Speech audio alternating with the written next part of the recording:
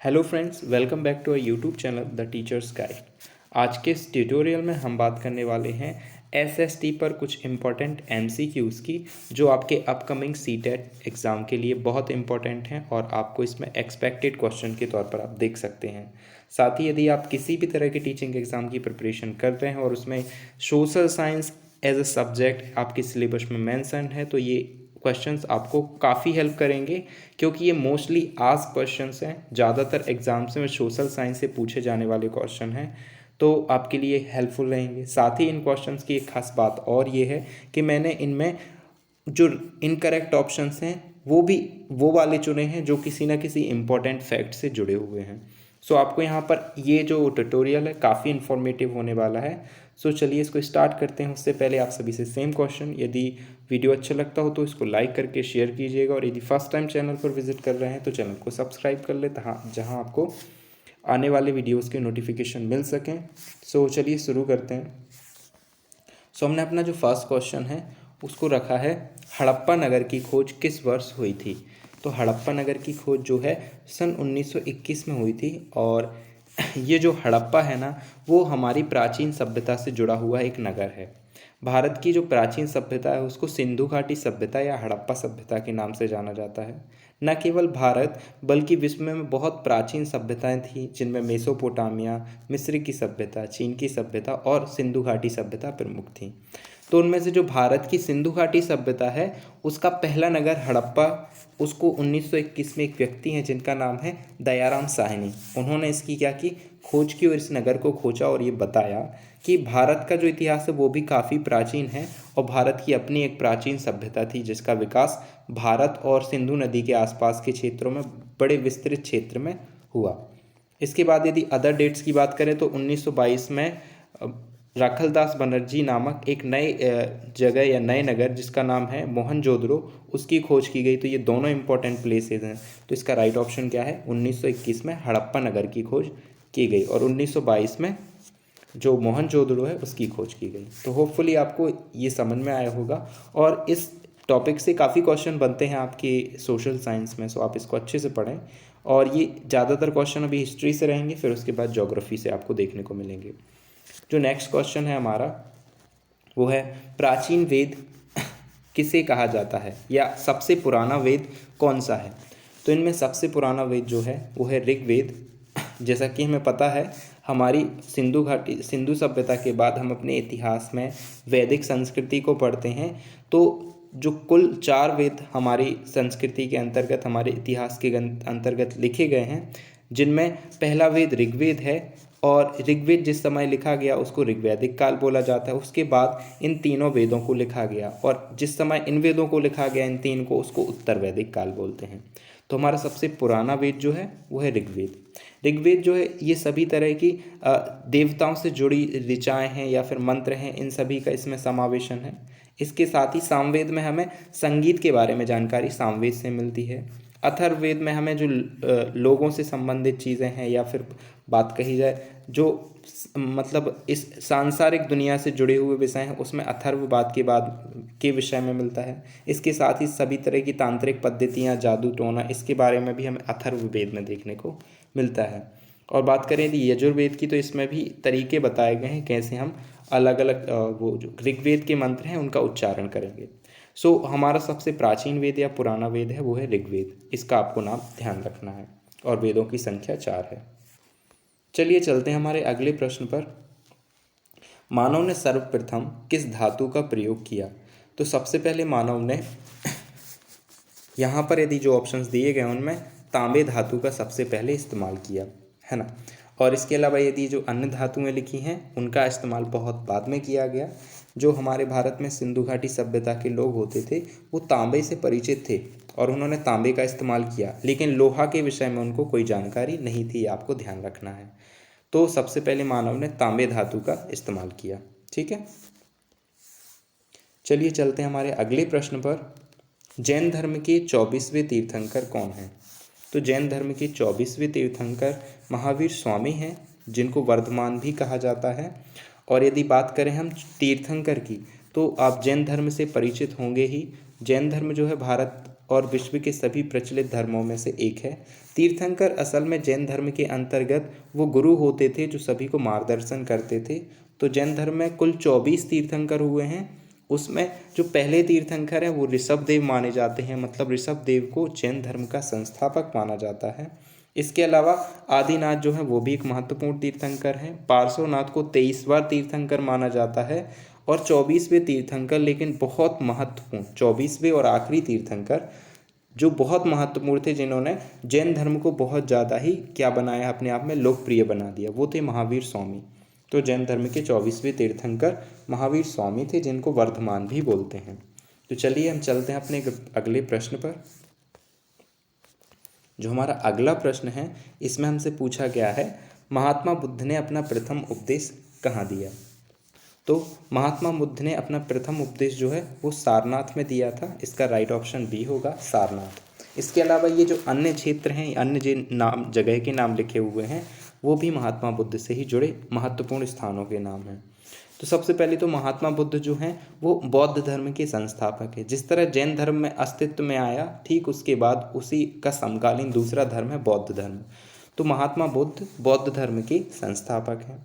अब यदि बात की जाए इन अन्य ऑप्शंस की तो ये कहीं ना कहीं महात्मा बुद्ध से जुड़े हुए हैं। सबसे पहले यदि बात करें हम तो कुशीनगर एक ऐसी जगह है जहाँ पर महात्मा बुद्ध को निर्वाण की प्राप्ति हुई थी, मतलब उनकी मृत्यु हुई थी। बोध गया वो जगह है जहाँ पर महात्मा बुद्ध को सर्वप्रथम ज्ञान की प्राप्ति हुई थी और सारनाथ में उन्होंने सबसे पहले अपना प्रथम उपदेश दिया था। और पाटलिपुत्र से वो जुड़े हुए रहे हैं क्योंकि उसी साइड ये सारे प्लेसेस आपको देखने को मिलेंगे। और ये मौर्य साम्राज्य और मगध की एक प्रमुख राजधानी के रूप में भी ये क्षेत्र जाना जाता है। तो आपको ये बात भी ध्यान रखनी है ना। तो सारनाथ में उन्होंने अपना पहला उपदेश दिया था। चलिए चलते हैं हमारे अगले प्रश्न पर। और हमारा अगला प्रश्न है सांची का स्तूप मध्य प्रदेश के किस जिले में है। बहुत ही आसान सा क्वेश्चन है यदि आपने पढ़ा हो इसके बारे में, और बहुत इम्पॉर्टेंट और मोस्टली आस्क्ड क्वेश्चंस में से एक है। तो सांची का स्तूप जो है वह मध्य प्रदेश की रायसेन जिले में है, पहली चीज़। चलिए अब दूसरी चीज़ जानते हैं कि आखिर स्तूप होते क्या हैं। तो जो अभी हमने इससे पहले बौद्ध धर्म के बारे में पढ़ा है ना, तो बौद्ध धर्म से जुड़े हुए एक तरह की ये स्थापत्य कला का उदाहरण है। बौद्ध धर्म की लोकप्रियता के बढ़ने के साथ साथ जो उस समय के राजा थे उनके द्वारा बहुत सारे स्तूप बनवाए गए। इन स्तूपों में जो है जो बौद्ध तपस्वी हुआ करते थे या महात्मा बुद्ध हैं, उनकी क्या है, उनकी अस्थियों को उसमें रखा जाता था और एक मंदिर की तरह जो है उसको समझा गया बौद्ध धर्म के अंतर्गत। तो इनको स्तूप बोलते हैं। ये एक तरह की इमारतें होती हैं, एक तरह की स्थापत्य कला का नमूना होता है। सांची जो है एक जगह का नाम है और ये जो सांची का स्तूप है इसको मौर्य शासक अशोक ने बनवाया था। तो ये वर्तमान में मध्य प्रदेश के रायसेन में स्थित है। अब ये भोपाल आपको क्यों दिया है, क्योंकि भोपाल बिल्कुल रायसेन के बगल में है और कई बार हम कंफ्यूज हो जाते हैं कि सांची का स्तूप रायसेन में ना होकर भोपाल में है। ठीक है। सागर की बात करें तो सागर जो है वह एरण के लिए बहुत प्रसिद्ध है। एरण अभिलेख जो है आपको यहाँ पर देखने को मिलेगा। और उमरिया जस्ट एज एन ऑप्शन है। ठीक है। तो सांची का स्तूप है वो रायसेन में है। ठीक है। और इसको अशोक मौर्य शासक अशोक ने बनवाया है। चलिए चलते हैं हमारे अगले प्रश्न पर। और हमारा अगला प्रश्न है कि सिकंदर ने भारत पर आक्रमण किस वर्ष किया था। ठीक है। तो यहाँ पर अलग अलग डेट्स दिए हुए हैं। तो सिकंदर ने भारत पर आक्रमण जो है वो 326 ईसा पूर्व में किया था। आपको इस चीज़ को ध्यान रखना है। और जिस समय सिकंदर ने भारत पर आक्रमण किया तो वो भारत में प्रवेश करने वाला था, है ना। कुछ भारत का ये इस तरह का एरिया है। तो यहाँ पर पहले यहाँ पूरे में भारत फैला हुआ था। तो ये क्षेत्र सिंध का क्षेत्र है।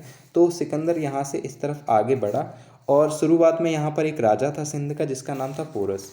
तो सिकंदर की पहली लड़ाई जो है पोरस से हुई और इस युद्ध में उसने पोरस को पराजित कर दिया। लेकिन उसी समय उसको जो भी ज़रूरत काम आ गया हो ज़रूरी, तो वो इसके बाद अपना अभियान आगे नहीं किया उसने और वो वापस लौट गया। सिकंदर एक ऐसा व्यक्ति था जिसने पूरी दुनिया को जीतने का एक अभियान चलाया था कि वो पूरी दुनिया पर विजय प्राप्त करेगा। लेकिन भारत के वो केवल सिंध तक ही आ पाया। फिर उसको पता नहीं जो भी काम आ गया हो तो वो वापस चला गया।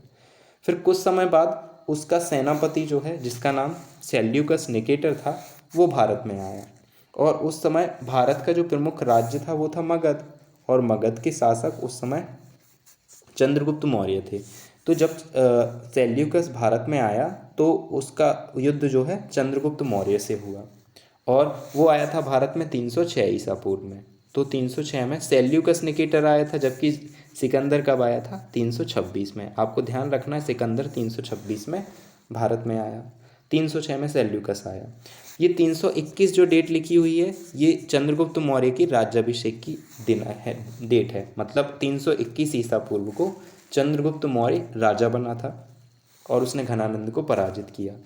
261 ये जो इस डेट लिखी हुई है, ये डेट अपने आप में इसलिए महत्वपूर्ण है क्योंकि कलिंग का युद्ध जो आपने इतिहास में पढ़ा होगा अशोक के संदर्भ में है, वो युद्ध 261 ईसा पूर्व को हुआ था। तो ये चारों डेट्स अपने आप में इम्पोर्टेंट है। यहाँ पर अपना राइट ऑप्शन है 326 ईसा पूर्व। तो होपफुली आपको ये समझ में आया होगा। चलते हैं हम अब अगले प्रश्न पर। पानीपत का प्रथम युद्ध किस वर्ष हुआ? ये हमारा क्वेश्चन है। तो पानीपत का जो प्रथम युद्ध है वो 1526 ईस्वी में हुआ। अभी वहाँ क्या चल रहे थे हम? ईसा पूर्व।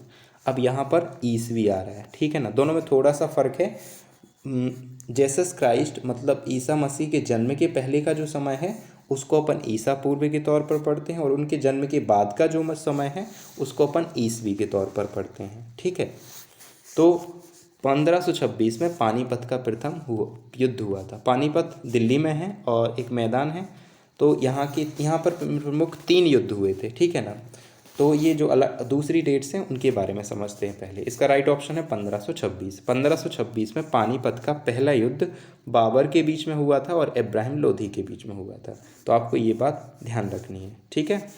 जो 1151 दूसरी डेट लिखी हुई है, इस डेट को तराइन का पहला युद्ध हुआ था जो पृथ्वीराज चौहान और मोहम्मद गौरी के बीच में हुआ था, ठीक है। ये जो आपको सी नंबर में जो एक डेट दिख रही है 1556, इस डेट को पानीपत का दूसरा युद्ध हुआ था जो अकबर के बीच में हुआ था, और इसके अलावा जो दूसरी तरफ था वो था हेमू, ठीक है। तो इन दोनों के बीच में 1556 में पानीपत का दूसरा युद्ध हुआ था। और ये जो 1761 आपको डेट दिख रही है ये पानीपत की तीसरे युद्ध की डेट है। 1761 में पानीपत का तीसरा युद्ध हुआ था जो मराठाओं के बीच में और एक और व्यक्ति है उसके बीच में हुआ था। इट मीन्स उसका नाम मुझे ध्यान नहीं आ रहा है। तो 1761 में पानीपत का तीसरा युद्ध हुआ था, ठीक है। तो ये तीनों डेट्स जो हैं अपने आप में इम्पॉर्टेंट है, लेकिन यहाँ पर अपना सही ऑप्शन है 1526। सो राइट ऑप्शन इज 1526, ठीक है। चलिए चलते हम अपने अगले प्रश्न पर। और जो हमारा अगला प्रश्न है वो है कि दिल्ली के लाल किले का निर्माण किस मुगल शासक ने करवाया? तो पहली चीज़ तो आपको पता होना चाहिए कि लाल किला दिल्ली में है, तो उसका निर्माण किस मुगल शासक ने करवाया? तो इसका राइट ऑप्शन है शाहजहां, ठीक है ना। शाहजहां ने आगरा का ताजमहल और दिल्ली का लाल किला दोनों ही बनवाए हैं। आपको इस बात को ध्यान रखना है, ठीक है।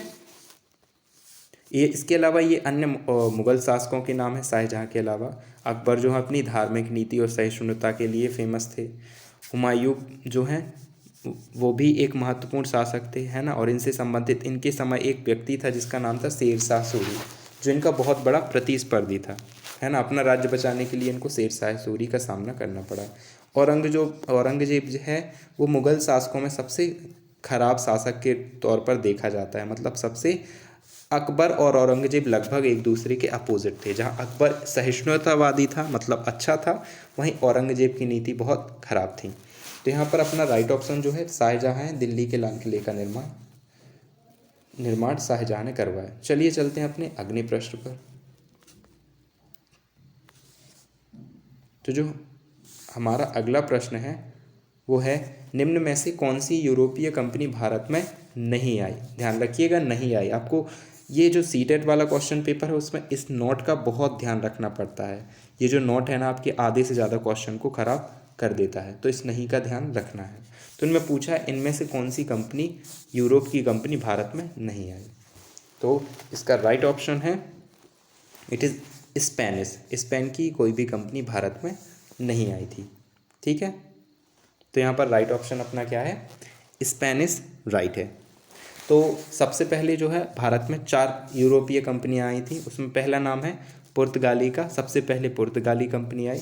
दूसरे नंबर पर उसके बाद हॉलैंड की जो डच कंपनी है, जिनको डच बोला जाता था। हॉलैंड के जो निवासी हैं उनको डच बोला जाता है, जिसको वर्तमान में नीदरलैंड बोलते हैं, उसको पहले हॉलैंड बोलते थे। तो वहाँ के लोगों को डच बोला जाता है। वो कंपनी भारत में आई, फिर इनके बाद अंग्रेज आए थे, और फिर अंग्रेज़ों के बाद फ्रांसीसी आए, और स्पेनिश अपने देश में नहीं आए थे, इसलिए हमारा राइट ऑप्शन हो जाएगा स्पेनिश। ठीक है, तो स्पेनिश भारत में नहीं आई थी, स्पेनिश नाम की कोई भी कंपनी, है ना। चलिए चलते हैं हमारे अगले प्रश्न पर। किस अंग्रेजी गवर्नर ने विलय नीति की शुरुआत की? तो यहाँ पर हमारा जो सही उत्तर है वो है लॉर्ड डलहौजी। इन्होंने विलय नीति की शुरुआत की थी। अब इसके अलावा ये जो सभी दिए हुए हैं वो अपने आप में बहुत महत्वपूर्ण जनरल गवर्नर हैं, और ये अंग्रेजी शासन की बात हो रही है। सबसे पहले बात करते हैं हम विलय नीति और लॉर्ड डलहौजी की। तो लॉर्ड डलहौजी ने एक नीति चलाई, विलय नीति, और इसके तहत उन्होंने कहा कि ऐसे कोई भी राजा, ऐसे कोई भी भारतीय शासक जिनकी कोई संतान नहीं है, जिनका कोई वंशज नहीं है, जिनका कोई पुत्र नहीं है, उनकी मृत्यु के बाद उनका पूरा जितना राजपाट रहेगा वो अंग्रेजी सरकार के द्वारा अधिकृत कर लिया जाएगा, या अंग्रेजी सरकार जो है उस पर कब्जा कर लेगी, है ना। मतलब राजाओं को दत्तक पुत्र या दूसरे किसी पुत्र को गोद लेने से मना कर दिया, और ये कहा गया कि यदि आपका कोई पुत्र नहीं, आपका कोई वंशज नहीं है, तो आपके राज्य को सरकार जो है अपने सरकारी काम में लगा लेगी या उसको हड़प लेगी। तो ये लॉर्ड डलहौजी की विलय नीति थी। इसके अनुसार सभी भारतीय राजाओं जिनके पुत्र नहीं हैं उनके राज्यों को हड़प लिया गया। ठीक है, और इसका एक नेगेटिव इम्पैक्ट पड़ा। राजा जो थे वो भड़क गए, क्योंकि बहुत सारे जो खासकर जिसमें झांसी की रानी, नाना साहेब, वो दत्तक पुत्र थे। तो झांसी की रानी है, उनका भी एक दत्तक पुत्र था, मतलब गोद लिया हुआ पुत्र था, लेकिन इस नीति के अंतर्गत उनका राज्य हड़प लिया गया।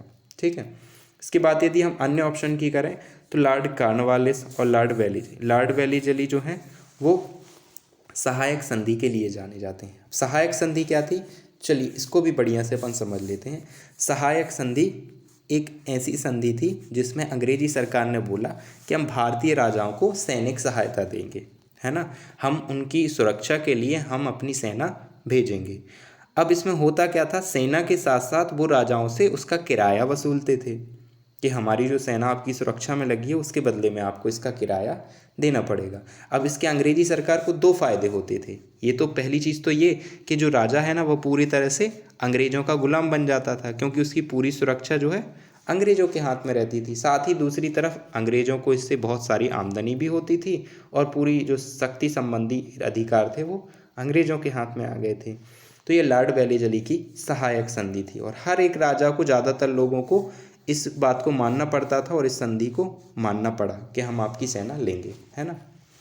लॉर्ड लिटन जो है वो भी एक महत्वपूर्ण शासक है, जिसने वर्नाक्यूलर प्रेस एक्ट चलाया, और भारत के जितने भी न्यूज़पेपर्स हैं जो भारतीय भाषाओं में हैं उन पर प्रतिबंध लगाया था। ठीक है, लॉर्ड कॉर्नवालिस भी जो है अपनी कर नीति के लिए जाने जाते हैं। ठीक है, तो ये कुछ महत्वपूर्ण क्वेश्चन हैं। चलिए हम चलते हैं अपने अगले प्रश्न पर। बहुत सारे प्रश्न हैं, चलिए चलते हैं अपने अगले प्रश्न पर। और हमारा अगला प्रश्न है सौरमंडल का सबसे चमकीला ग्रह। तो अब ये यहाँ पर जो है क्वेश्चन आ गए हैं भूगोल से। तो चूंकि वीडियो काफ़ी लंबा हो जाएगा, इसलिए हम इन क्वेश्चंस को जो है सेकंड लेक्चर के तौर पर करेंगे, और ये लगभग बहुत हो गया है वीडियो, तो हम इसको अभी नेक्स्ट वीडियो में या नेक्स्ट ट्यूटोरियल के तौर पर पढ़ लेंगे। तो चलिए आज के लिए बस इतना ही। होपफुली आपको ये क्वेश्चन जो है अच्छे लगे होंगे, और इन सभी क्वेश्चंस को हम डिस्कस करने वाले हैं, और इसके बारे में जो एडिशनल इन्फॉर्मेशन है वो भी आपको देने वाले हैं, हर एक चीज़ आपको समझाएंगे।